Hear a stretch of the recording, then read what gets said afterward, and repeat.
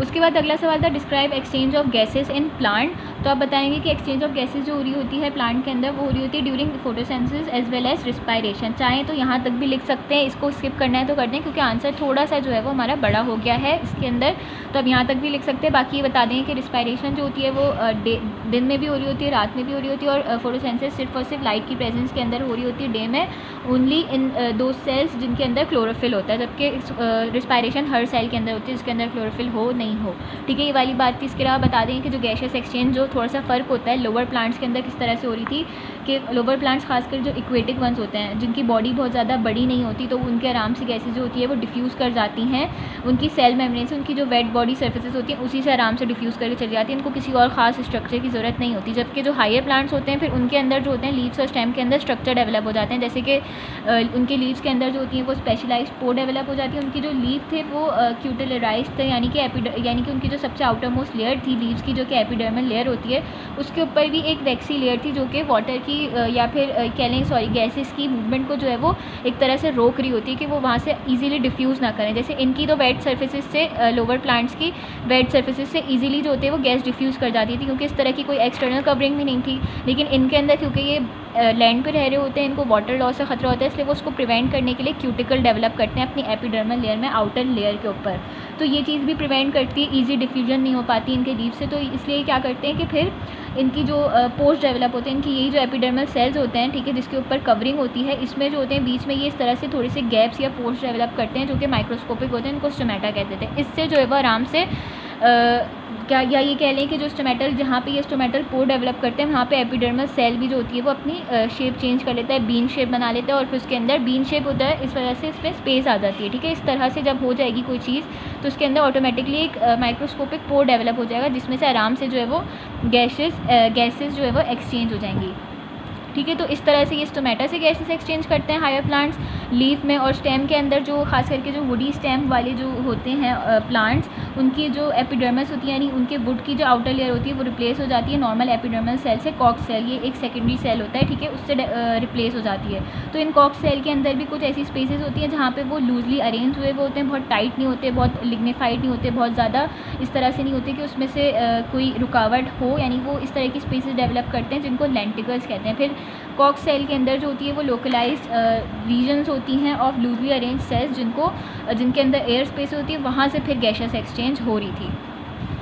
उसके बाद था describe insectivorous plants with one example. तो आप बता देंगे इंसेक्टिवोरस प्लांट्स वो होते हैं जो कि इंसेक्ट्स को यूज़ करते हैं अपनी नाइट्रोजनस सब्सटेंसेस को या अपनी नाइट्रोजनस न्यूट्रिशन को पूरा करने के लिए, नाइट्रोजन न्यूट्रिशन को पूरा करने के लिए वो उसको यूटिलाइज़ करते हैं, उनको इंसेक्टिवोरस या इसका दूसरा नाम कार्निवोरस प्लांट्स भी होता है। थोड़ा सा बता दें क्योंकि सिर्फ डेफिनेशन नहीं पूछी तो इस वजह से हम एक और लाइन में इसको डिस्क्राइब कर देंगे कि वो प्लांट्स इनके पास होता है क्लोरोफिल होता है यानी ऑटोट्रॉफिक होते हैं, लेकिन ऑटोट्रॉफिक मोड से अपनी सारी न्यूट्रिशन पूरी नहीं कर सकते क्योंकि नाइट्रोजन डेफिशिएंट सॉइल में रह रहे होते हैं। इस वजह से इनको अपनी नाइट्रोजन डेफिशिएंसी को पूरा करने के लिए इंसेक्ट्स या स्मॉल बर्ड को जो होता है वो प्रीव करना पड़ता है, उसको यूटिलाइज़ करना पड़ता है अपनी न्यूट्रिशन को पूरा करने। ठीक है, इसकी एक एग्जांपल कोई भी डिफाइन करनी तो मैंने यहाँ पे सबके नाम लिख दिए हैं, आप उसमें से कोई भी एक जो है वो पेज नंबर 282 से पेज नंबर 284 पे आपको सबकी डिस्क्रिप्शन मिल जाएगी। कोशिश करें 2 से 3 पॉइंट्स बना लें सबकी डिस्क्रिप्शन के और उसको आप आराम से याद करने की चीज़ थी, उसमें ऐसा समझाने का नहीं था, तो उसमें से किसी एक की भी बाकी इसमें पूछी एक की है तो आप कम से कम जो है वो कोई भी 3 की जो है वो याद कर लें तो आपके लिए बेहतर रहेगा कि अगर शॉर्ट में आ जाए तो आपको आता होगा वो। ठीक है, मतलब एटलीस्ट 3 करके जानी है आपने, कोई सी भी जो आपको ईजी लग रही है। उसके बाद ये point out 2 problems with having 2 kingdom system. तो मॉडल पेपर के पार्ट 1 में सवाल डिस्कस हो चुका है, 3 प्रॉब्लम्स थी, उसमें से मैंने आपको कहा था कोई भी 2 कर लीजिए, तीनों डिस्कस हुई थी। उसके बाद describe the fluid mosaic model, सवाल वही रिपीट हुआ है, मॉडल पेपर में करवा चुकी हूँ। फिर है describe structure and function of cell wall या फिर गोल्गी बॉडीज़। गोल्गी बॉडीज़ जो है वो डीजे की शायद पार्ट 1 वाली वीडियो में डिस्कस हो गया है। सेल वॉल डिस्कस कर लेते हैं। तो सेल वॉल क्या होता है, ये वो खास स्ट्रक्चर होता है जो कि प्लांट के अंदर प्रेजेंट होता है outside the cell membrane. Plant के अंदर एक जो सेल मेम्ब्रेन होती है उसके अलावा इनके पास एक और एक्सटर्नल वॉल होती है, एक्सटर्नल लेयर होती है जो कि सेल वॉल होती है। तो ये जो सेल वॉल होती है ये सबसे आउटर मोस्ट लेयर हो जाती है प्लांट सेल की। ठीक है, इसकी कंपोजिशन मेजरली क्या है, सेल्यूलोज। इसके अलावा इसके अंदर लिग्निन और पेक्टिन वगैरह होते हैं जो उसको स्ट्रेंथ प्रोवाइड कर रहे होते थे। ये बताना ज़रूरी था कि सेल वॉल की जो होती है 3 लेयर्स होती है, इसकी एक प्राइमरी वॉल होती है, सेकेंडरी वॉल होती है और मिडल लैमेला होता है। जो प्राइमरी वॉल होती है वो सबसे आउटर मोस्ट जो सबसे बाहर प्रेजेंट होती है, सबसे पहले जो कह लें कि वॉल डेवलप होती है वो प्राइमरी वॉल होती है और ये थिन होती है और थोड़ी सी इलास्टिक होती है, ठीक है। इस तरह से आपने एक लाइन में जो है वो स्ट्रक्चर में आपने इस तरह से बता दिया। उसके बाद आप सेकेंडरी वॉल के बारे में बता देंगे कि प्राइमरी वॉल के अंदर जो दूसरी इनर वॉल होती है वो सेकेंडरी वॉल होती है और ये थोड़ी सी थिक होती है, लिग्निफाइड वगैरह होती है, स्ट्रेंथ प्रोवाइड करी थी। इसके अलावा मिडल लैमेला थी जो कि प्राइमरी और सेकेंडरी वॉल के बिटवीन प्रेजेंट थी। जैसे प्राइमरी वॉल है, उसके बाद सेकेंडरी वॉल, तो एक मिडल लैमेला जो होती है वो प्रेजेंट होती है, जो कि इन दोनों के दरमियान सीमेंटिंग यानी इनको जोड़ के रखने का काम कर रही थी मिडल लैमेला। और टर्शियरी वॉल नहीं होती सेल वॉल के अंदर, ठीक है।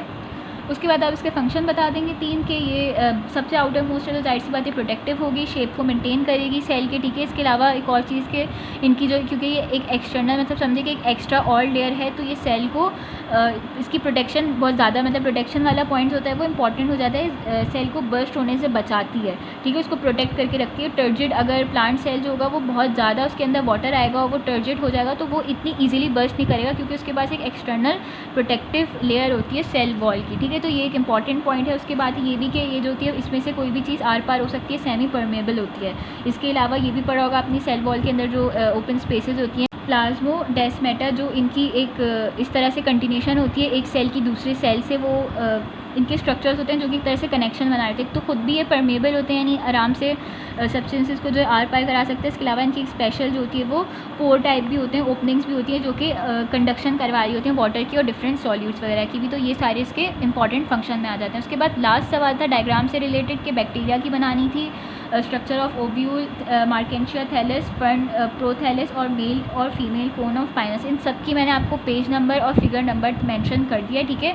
आपको बुक में मिल जाएगा, यहाँ पे बैक्टीरिया की 6.1 है, पेज नंबर 101 है, और स्ट्रक्चर ऑफ ओव्यूल की जो है वो 9.21 है, देख लीजिएगा। वहाँ पे इस तरह से ओव्यूल की एक डायग्राम बनी हुई थी, वो बनानी थी। बैक्टीरिया की इस तरह की डायग्राम थी, सिंपल सी, वो बनानी थी। मार्केंशिया ऑफ थैलस में जो 2 थैलस थे जिसमें एक मेल ऑर्गन था, फीमेल ऑर्गन था, दोनों पूरी बना लीजिए तो बेहतर रहेगा, ठीक है। उसके अलावा जो है फर्न प्रोथैलस की डायग्राम होगी, मेरे ख्याल से मैंने आपको मॉडल पेपर में बना के भी दिखाई थी कि ये वाली बना ले, इजी वाली। और इसके अलावा बुक में भी फिर मैंने देखा बाद में कि गिवन थी 9.11 पेज नंबर 165 के ऊपर फर्न प्रोथैलस, जो हार्ट शेप उसका प्रोथैलस था वो बनाना था इसमें, ठीक है। ये बहुत गंदा है, ऐसे नहीं बनाना। उसके बाद है मेल और फीमेल कोन ऑफ पाइनस, ये दोनों जो है वो आपको मिल जाएंगे वहाँ से 9.17 पे आपको ये वाला मिल जाएगा मेल कोन, और फीमेल कोन जो है वो इससे पहले ही बनी हुई है, उसमें बुक में आपको मिल जाएगी डायग्राम्स ये सारी, ठीक है। यहाँ पे आके हो जाता है पीसी का paper question number 3 complete, comprehensive paper का गेस्ट पेपर 2021 का। आई होप यहाँ पे किसी को कोई मसला नहीं हुआ, कोई भी कन्फ्यूजन हो तो कमेंट करके पूछ सकते हैं। अगर चैनल को सब्सक्राइब नहीं किया तो सब्सक्राइब कर दीजिए, फ्रेंड्स के साथ शेयर करें। Thank you.